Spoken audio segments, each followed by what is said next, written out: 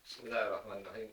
Assalamualaikum warahmatullahi wabarakatuh. Waalaikumsalam warahmatullahi wabarakatuh. Alhamdulillah alladzi alaqa baina qulubina fasbahna bi ni'matihi wa la asyhadu an la ilaha illallah wahdahu la syarika lahu wa asyhadu anna Muhammadan abduhu wa rasuluh. Allahumma shalli ala Muhammad wa ala ali wasallam. Yang saya hormati seluruh hadirin yang ada di Hotel Crown Plaza, dan tentu saja juga para pemirsa televisi PPI dan juga Radio Istek yang saya cintai.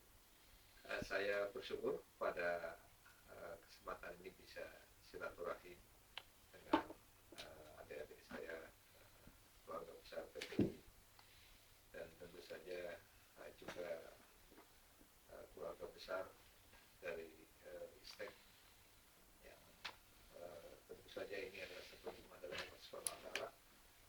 Kita bisa berjumpa dan kita bisa bertatap muka sekaligus juga kita bisa berinteraksi. Nah, kebetulan pada kesempatan yang baik ini saya bisa hadir dalam bidang APEC, Menteri Pertanian negara yang tergabung dalam APEC, dan ini adalah satu pertemuan yang akhir-akhir ini diselenggarakan dengan tema yang sama. Pada akhir bulan yang lalu saya pun hadir di pertemuan negara-negara Asia Pasifik yang masuk dalam kategori atau dalam kelompok FAO di Korea Selatan, di Busan. Temanya sama, tentang food security. Dan juga sekarang di Jepang, dan memang tanggal 16 Oktober ini adalah hari peringatan pangan sedunia. Jadi memang juga sangat tepat, dan saya kira ini inisiatif dari Jepang untuk juga bicara tentang food security. Pekan depan di AMAF plus 3, jadi negara-negara ASEAN plus Jepang, Cina, dan Korea Selatan. Topik yang nanti juga akan muncul adalah tentang food security. Terakhir nanti akhir bulan ini akan ada pertemuan negara-negara konferensi Islam di Sudan. Itu pun juga bicara tentang food security. Nah, mengapa persoalan pangan ini menjadi isu yang sangat penting dan sangat menarik? Ya. Karena memang dalam perkembangan terakhir ini, ketika dulu ada konferensi tingkat tinggi negara tingkat kepala negara di Roma Pak sebenarnya, gitu ya. Jadi pernah membuat satu tekad pada tahun 2015 penduduk miskin atau yang kelaparan ini akan ditargetkan sekitar 430 atau 450 juta. Nah, ya, jadi akan diturunkan sampai tingkat itu di 2015. Tapi apa yang terjadi akhir 2009, ternyata penduduk yang miskin ini justru meningkat lebih dari 1 miliar. Nah, tentu saja inilah realitas yang ada di penduduk dunia saat ini. Hampir berarti seperempat dari penduduk dunia mereka dalam kategori kekurangan. Padahal sudah dihitung di tahun 2050 nanti penduduk dunia ini akan mencapai 9 miliar. Nah, jadi dibutuhkan pangan ya, dari sekarang ini ya, peningkatannya harus terjadi satu peningkatan 70%. Tentu saja inilah satu realitas yang ada, yang tentu saja ini membutuhkan satu pemikiran, membutuhkan satu langkah-langkah yang sistematis, yang mengingat bahwa persoalan pangan adalah persoalan yang sangat sensitif, persoalan yang sangat strategis, di mana satu pemerintahan bisa jatuh gara-gara persoalan pangan. Nah, oleh karena itu maka setiap negara sekarang ini diminta oleh FAO untuk memperkuat ketahanan pangannya nanti.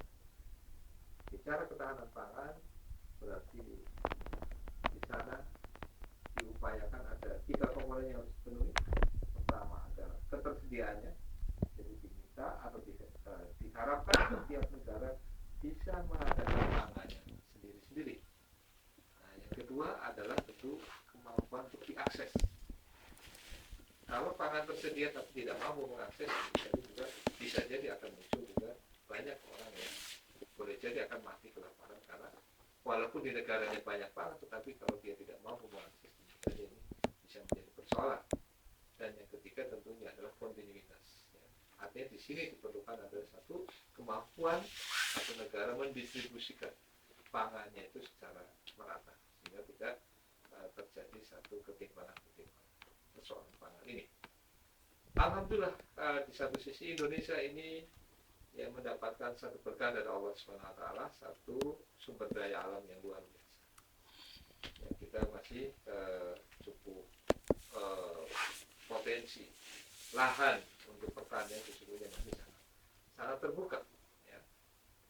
Tetapi tentu saja fakta yang terjadi saat ini bahwa kita belum mampu mendayagunakan potensi itu secara optimal.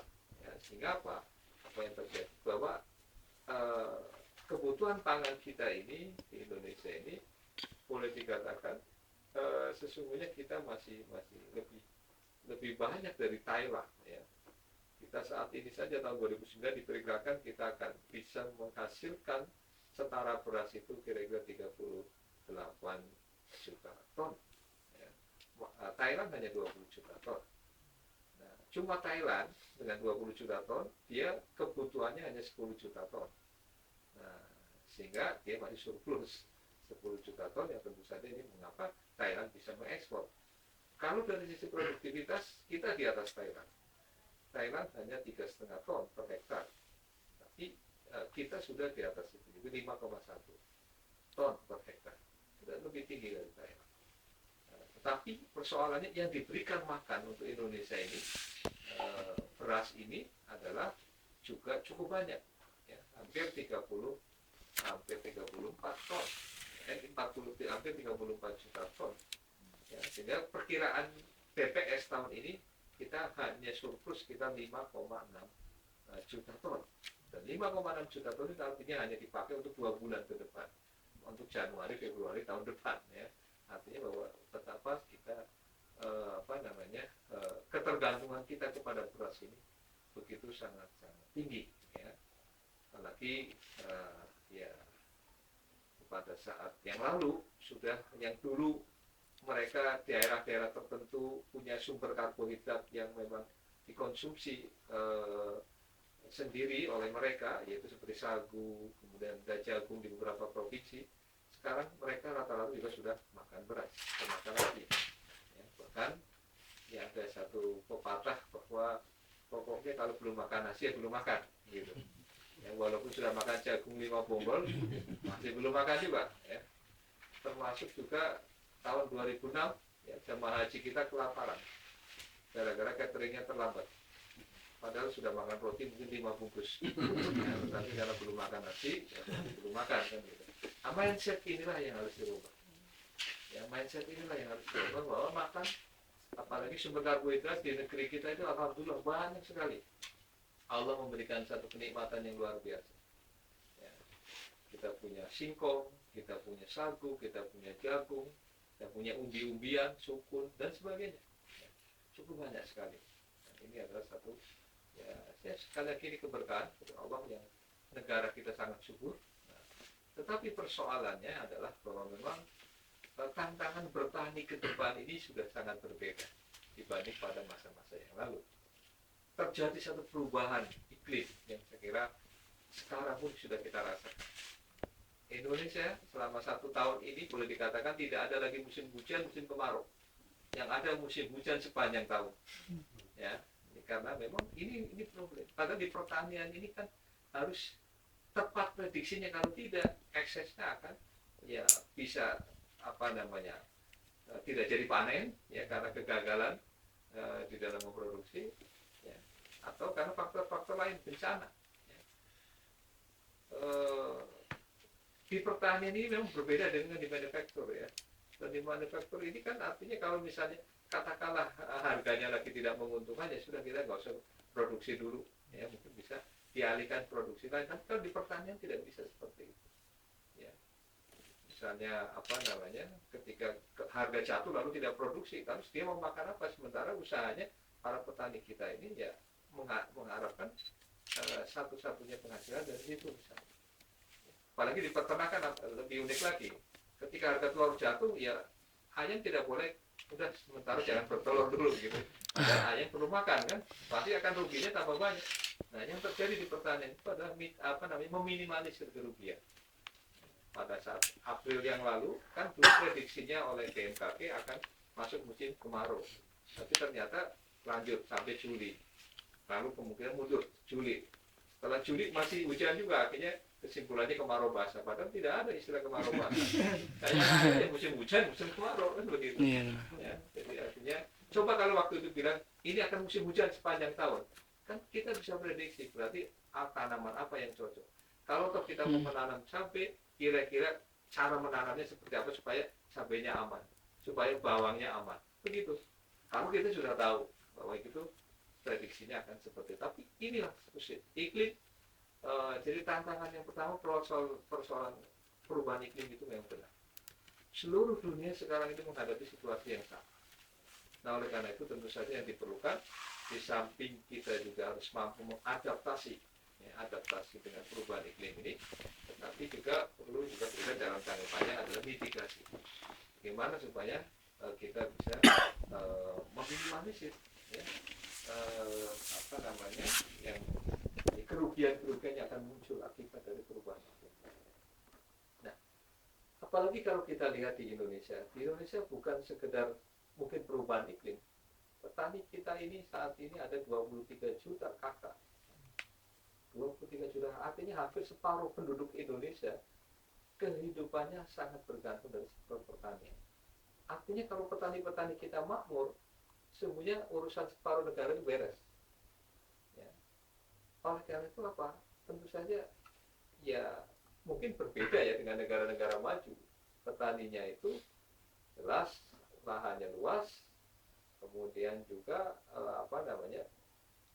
subsidi negara itu ataupun proteksi dari negara kepada petani begitu wah, ya artinya begitu. Coba contoh Jepang saja di sini ya, harga beras ini berapa coba? Ini yang teman-teman ataupun ada mahasiswa ini, berapa rata-rata sekilo ini setara berapa? Kan sekitar 70-80 ribu kan kalau dikurskan ke Indonesia kan, ya, betapa mahal. Apalagi beras Niigata ini yang paling terkenal ya, sekitar jatuhnya saya tanya sekitar 70 ribuan. Di petani kita beras baru harga 7 ribu saja kan sudah ramai kan, dan ribut. Karena memang apa? Ya kita juga paham ya bahwa memang banyak masyarakat miskin kota yang tentu saja juga sementara daya belinya juga rendah. Ya, kita tahu bahwa kemiskinan kita dari sisi persentase hanya 13%. Tapi kalau kita bicara jumlah, yaitu 13% dari 237 juta berapa? Juta. Makanya apa? Negara Indonesia termasuk dari 7 negara yang relatif termasuk yang rawan pangan, karena dari jumlah, bukan dari persentase, tapi dari jumlah penduduk